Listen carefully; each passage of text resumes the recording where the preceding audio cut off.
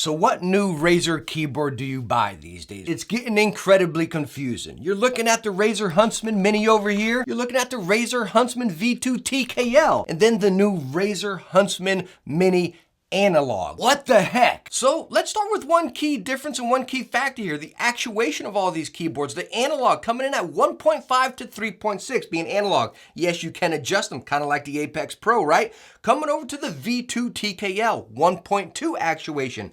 And then the Huntsman Mini with the V2 switches here, again, 1.2. So hold up a second. Did we just see that right? That the V2 TKL and then the regular Huntsman Mini is faster as far as actuation? Well, yeah, it actually is. So let's go ahead and put the regular Mini aside here and we're gonna get back to that, okay? You know what? I'm gonna set the TKL aside because I know that a lot of things you guys wanna hear about is the analog. Hold up. Before we dive into all that stuff there, how about a word from our sponsor? And this is something I can easily recommend and I have many times before. And that is the wireless gaming headset from Corsair, the Corsair HS80s. And right out the box, just looking at the styling of this headset, yo, they look amazing. But more importantly, features and functions. You got flip down microphone, flip up to mute, you get notification up on the mic as well. You have your volume wheel, you have USB-C charging with up to 20 hours of battery life. And with the headset being wireless, you get up to 60 feet of range. But more importantly,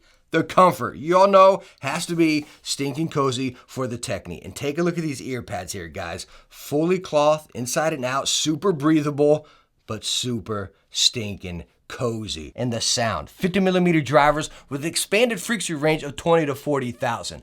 The sound is detailed, crisp, and punchy. And you got that whole combination there. Style, features, functions, the sound, and the amazing comfort.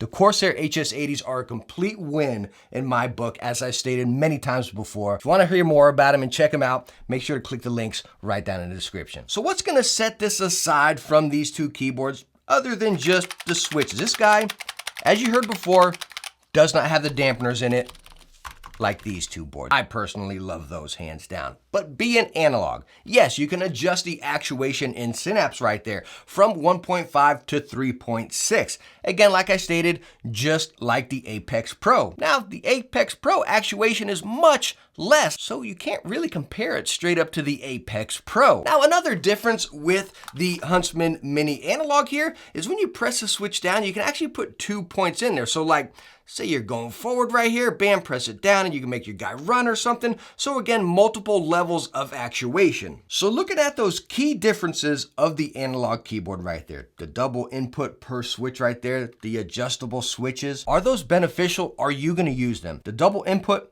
I am not gonna use. I always bottom down my switches right there, and I don't think I'll have enough control to halfway press the switch rather than all the way. I'm gonna smash my key every single time. So will those be beneficial for you? I guess you gotta think about that. And that's what brings me to my main keyboard, the Razer Huntsman V2 TKL. Why do I love this one? Well, again, it has those V2 switches with the dampeners on it. Now, if any of you are curious what keycaps I got in here, I got another set of Razer PBT keycaps over here, Alferior enter key, and then a little drop spinner artisan keycap. But what I love about this keyboard is the 8,000 hertz polling rate. Is that something, again, everybody's gonna notice and everybody's gonna use? I have a pretty decent system with an i9, a 3080, and a ridiculous amount of RAM. I play at 1440p at 144 hertz. And with those settings, maybe it's messing with my head, but I feel like I play so much better and quicker and precise with this keyboard. That's gonna depend on your system, your refresh rate, your monitor, your processor, all that stuff, everything working right there.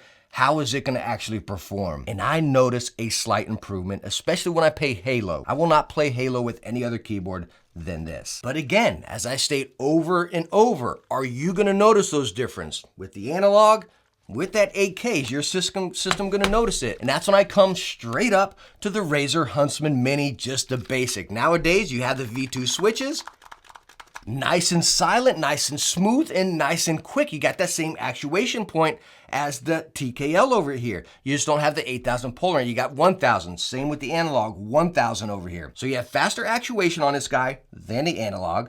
My personal opinion, I like the switches, but again, that's personal opinion. If you want a quick difference, just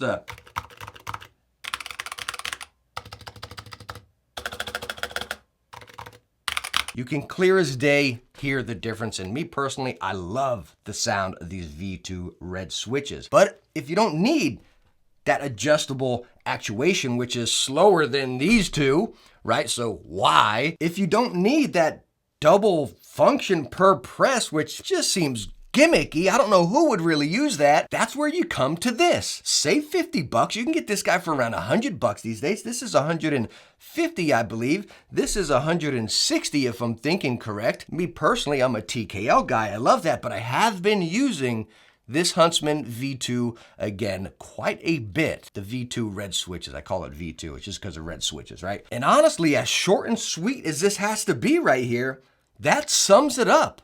Which Razer keyboard is right for you, only you can decide that. I just told you the key core differences between all of them. Are you gonna justify and utilize that? Are you gonna justify and utilize this? If you don't need any of these things, you got this right here.